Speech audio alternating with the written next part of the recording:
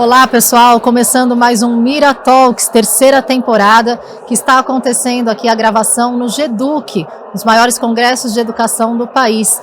E eu estou aqui recebendo a Gabriela Ribas, Gabriela que é coordenadora de conteúdo e currículo na Start Alura. Oi Gabriela, tudo bom? Tudo bem, Juliana? Tudo bem, estou muito prazer feliz. Estar aqui.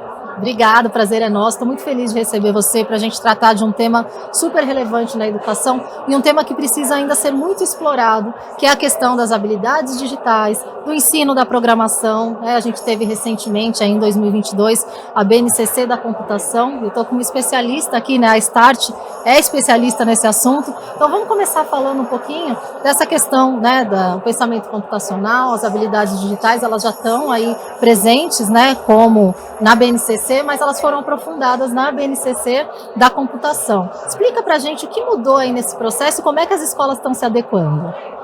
Ju, então, a gente tinha a BNCC geral, né, que saiu ali 2017, anos iniciais, anos finais, infantil. 2018 saiu a do médio, mas ainda faltava um foco e uma intencionalidade nesse documento com relação às habilidades de letramento digital, né.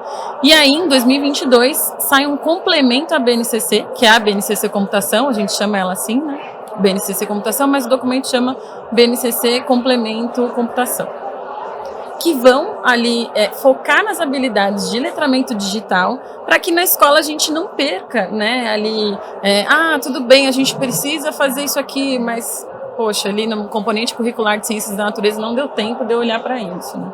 Então, para a gente, de fato, focar nessas habilidades, né? E essas habilidades dentro da BNCC Computação, elas estão divididas em 3 eixos, que é pensamento computacional, mundo digital e cultura digital. A gente gosta de dizer que o pensamento computacional ele é o quê, o mundo digital é o como e a cultura digital é o porquê. E aí vou me explicar, né? O pensamento computacional é o jeito que a máquina pensa, mas olhando para o ser humano. Então, como que eu pensaria como uma máquina para resolver problemas complexos, né? Então, o pensamento computacional ele vai ensinar o aluno a ter aquela habilidade de olhar um problema, dividir em partes menores, reconhecer padrões nesse problema, abstrair o que é essencial desse problema e, enfim, colocar isso numa linguagem lógica. Resolver esses problemas, né? Resolução de problemas, acho que é o grande gancho aí, né, Gabriela? Mas ir olhando ele por partes, né? Então, por exemplo, se eu vou montar um jogo de quebra-cabeças enorme, eu começo olhando o que é padrão ali, né? Eu acho as peças dos cantos, né? E aí eu já delimito o meu quebra-cabeça. Eu vejo que isso aqui parece fazer um desenho que tem ali na imagem. Então eu vou dividindo esse problema em partes menores para eu poder resolver, para eu achar a solução. E depois eu estruturo isso em uma linguagem lógica, né? Em algoritmos, para eu conseguir replicar essa solução em outros tantos problemas que possam aparecer. Então, o pensamento computacional vai olhar para isso. Dentro da BNCC, a gente tem ainda o eixo mundo digital, que é como as coisas funcionam, né? Como é que eu falando aqui vai entrar no microfone, isso vai virar dado, que eu coloco num chip pequenininho e transporto a minha voz por aí. Como é que isso acontece, né? Como é que as máquinas se comunicam, né? Como que elas ligam, como que elas desligam. Então, e até, desculpa te interromper, até a questão de inteligência artificial entraria em mundo digital também? Entra um pouco em mundo digital, né? Porque a gente fala um pouco de programação. A inteligência artificial, ela é tudo que a gente já sabe, tudo que a gente já sabe já está na rede.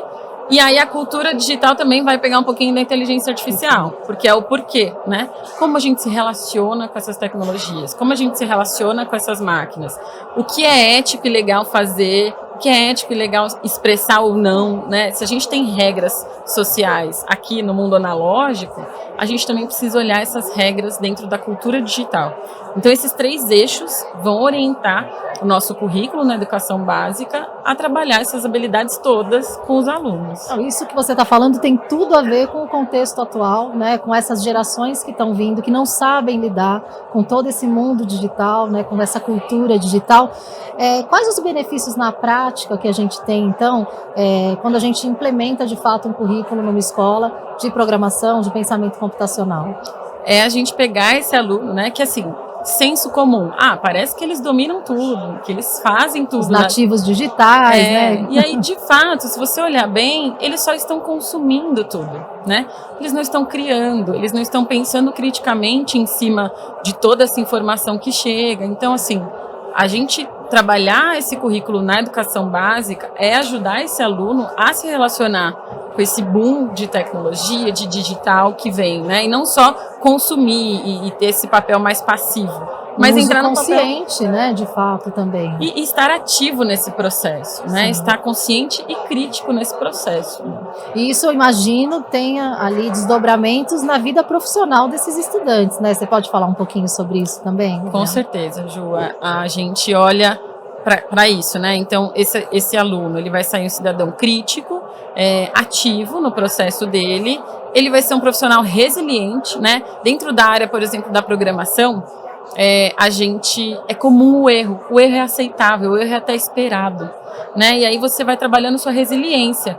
Legal, eu fiz isso aqui, não ficou bom, eu preciso depurar, eu preciso trabalhar em cima desse código para ele ficar melhor e melhor e melhor. Então o erro não é mal visto, por exemplo. Sim. Então trabalha a resiliência desse aluno. Até né? Questões socioemocionais aí, né? Exatamente, né? A frustração, sim. né? Ou eu posso habilidade melhorar de trabalhar sempre. Em grupo, imagina, né? Exato, de repente. Exato.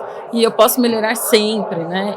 E também as habilidades digitais, né? O letramento digital. Hoje eu não consigo mapear nenhuma profissão que o aluno não vá precisar de alguma habilidade no digital, né? Olhando para o futuro, isso vai ficar mais ainda gritante. Né? Sim, não, maravilhoso. Acho que é uma das grandes habilidades aí que ele vai desenvolver para enfrentar esse mundo aí no mercado de trabalho, né?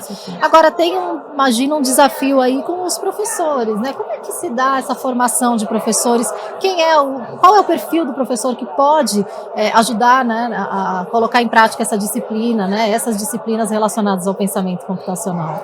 Ju, antes da gente definir, implementar, a gente precisa tomar grandes decisões, né?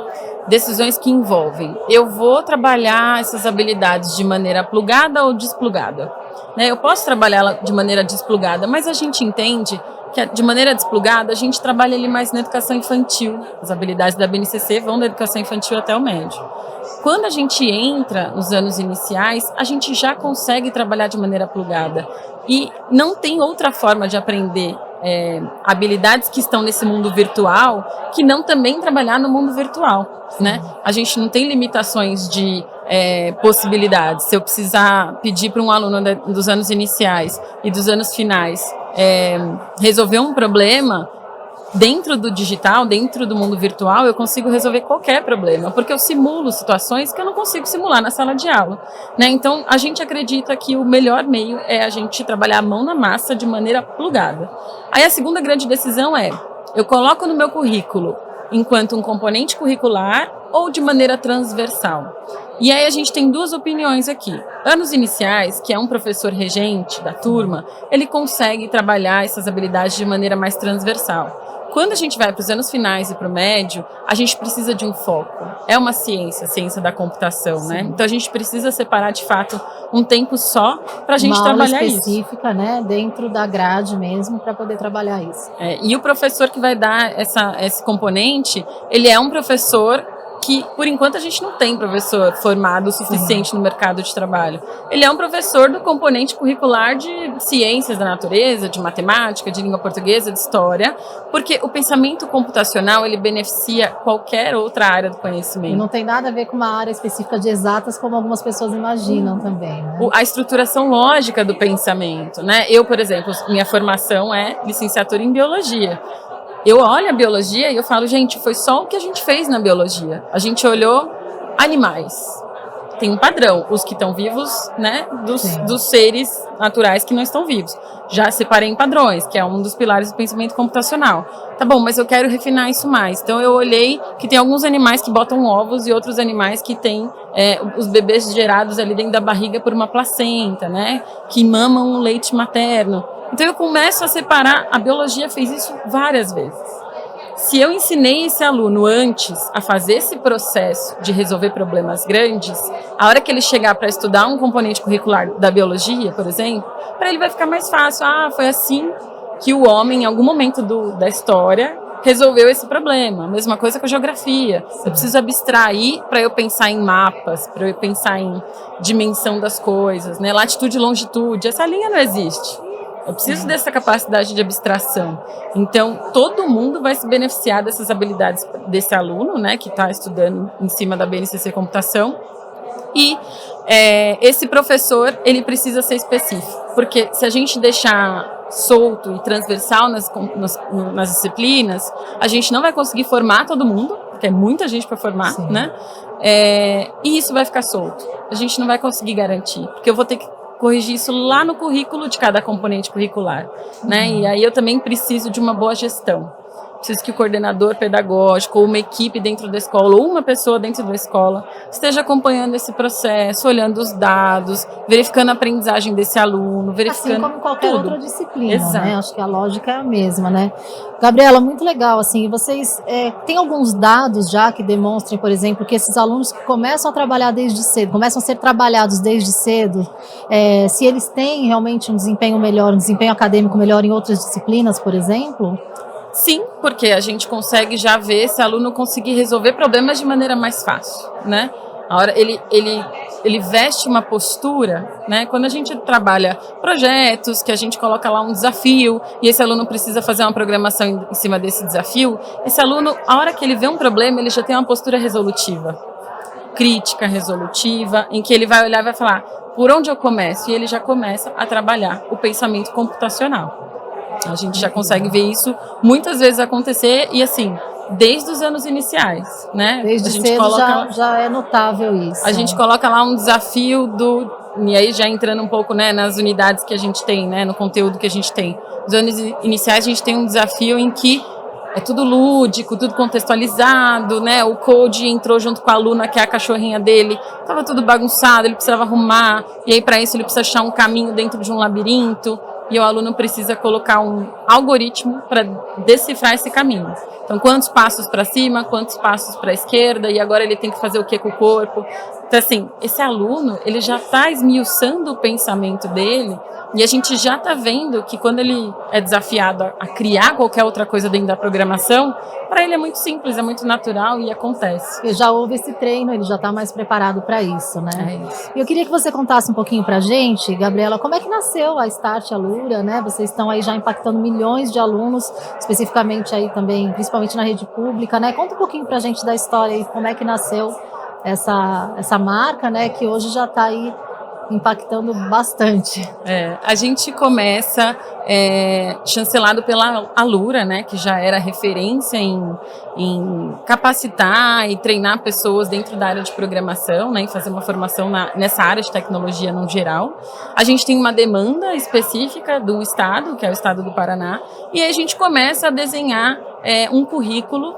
Ainda não tinha BNCC, isso eu estou falando 2018, 2019, a gente não tinha BNCC da computação. Por isso vocês saíram na frente também quando saiu a BNCC, né? Já e estavam a gente está lá olhando o mundo, né, Ju? Sim. No mundo isso já está sendo resolvido, nível país, nível estado. A gente tem vários exemplos bons de países que já estavam trabalhando isso nos seus currículos. Sim. Então a gente já vai se antecipando, já vai trazendo algumas habilidades que a gente tem que tinham que estar lá.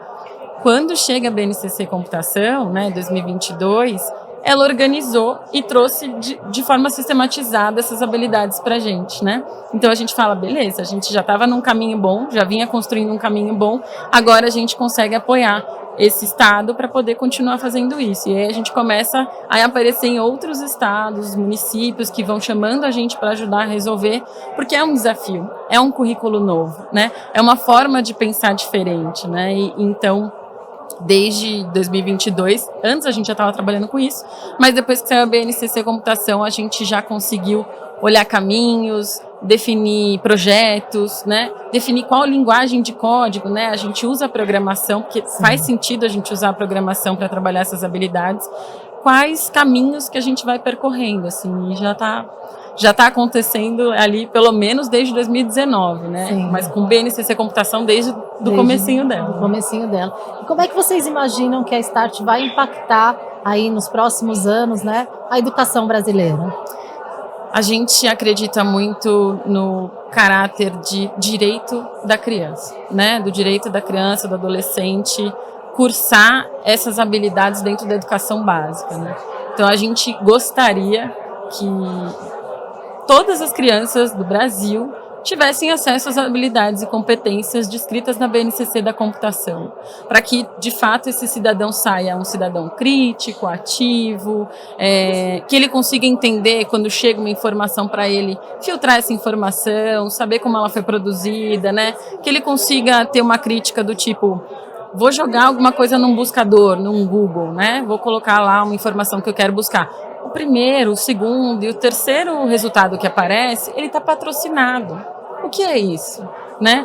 Como isso funciona? Como funciona os anúncios nas páginas? Né? O que para mim é uma referência confiável? Né? Como eu lido com cyberbullying? Crítico, né? Você ter realmente o discernimento em relação ao que você está recebendo do mundo em termos de informação, né? E do que você é impactado, né?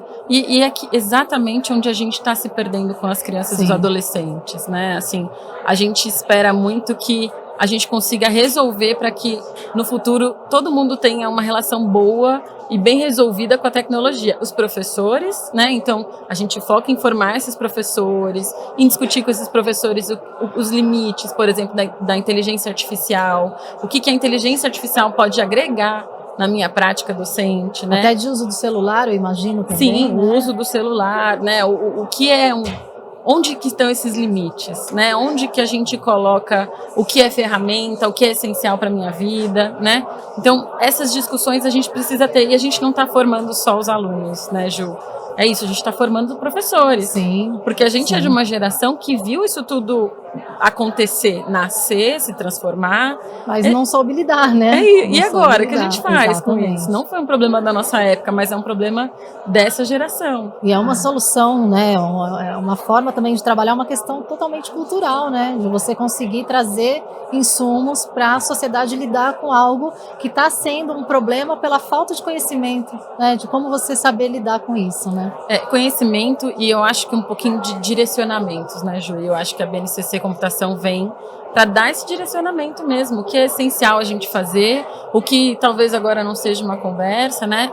Falei do cyberbullying, a gente tratar o cyberbullying como um problema da geração que está vindo e como que a gente lida com esse problema, né? Que tem a ver com a cultura digital. Cultura é uma coisa que leva tempo, que é um processo, mas que se a gente não estiver olhando com intencionalidade, ela vai organicamente para qualquer lugar e é um perigo isso, né? Então, eu acho que a gente está marcando isso de resolver e arrumar essa situação para ir bem daqui para frente, sabe? Maravilha, um belo trabalho, Gabriela, que bom trazer tanta informação aqui para o nosso público sobre esse tema tão relevante, e você que trabalha com formação de professores também, né, faz essa frente de trabalho, o que você falaria para as lideranças, né, para os gestores, para os educadores que ainda não sabem que existe a BNCC da computação, mas não sabe, muitas vezes pensa que isso vai trazer mais necessidade de tecnologia e não é nada disso, né, pelo que você falou. O que você daria de recado para eles?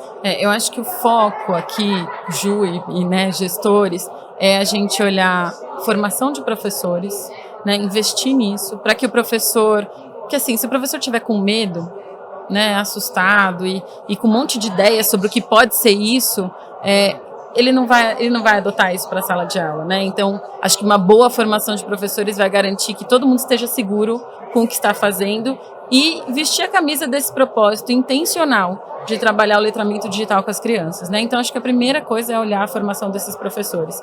A segunda coisa, sim, é investir em infraestrutura para garantir aquela história que eu falei de direito, né? A gente precisa, nas redes, a gente precisa ter certeza que todas as crianças sabem o que é um computador, consigam acessar um computador, né? E que quando essa criança saia mais velha no mercado de trabalho, ela não ter mexido numa planilha não seja um problema, porque ela mexeu, ela sabe lidar com fontes de informação, né? Então, assim, garantir o direito que essas crianças têm de acessar esse mundo que quem domina tá acessando, né? Então, assim, eu acho que é nesse aspecto, assim, formação de professores, garantir infraestrutura e ir buscando meios de como implementar esse currículo, né? E é as decisões que eu te falei.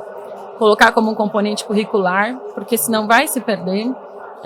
estar plugado para garantir, né, o acesso dessa criança ao mundo digital, equipamentos, software, hardware, como mexo no mouse, né, assim, coisas que às vezes para a gente parece muito natural, mas não é, né, nem todo mundo está tendo esse acesso. E contar, né, com quem está falando sobre isso, estamos falando sobre isso, então conte com a gente, porque é um caminho que a gente precisa abrir. Outros países já abriram há muito tempo e estão na frente nessa corrida, né, que vão colher frutos quando essas gerações estiverem saindo da escola, e a gente precisa ir atrás de abrir esses caminhos também. Muito bom, Gabi. A gente fala tanto de formar cidadãos, né, com as habilidades do século XXI. Está aí, né, um exemplo de como essa disciplina, enfim, né, esse conteúdo faz parte dessa formação aí, mais do que necessária para os dias de hoje e para amanhã, né? Com certeza. Obrigada, Gabriela. Foi um prazer conversar com você. Obrigada por ter aceitado o nosso convite. Obrigada pelo espaço, Ju. Obrigada, pessoal, por ter assistido até aqui e até a próxima. Obrigada, Gabriela. E continue ligado. Mira Talks 3ª temporada continua com novos episódios em breve. Até lá.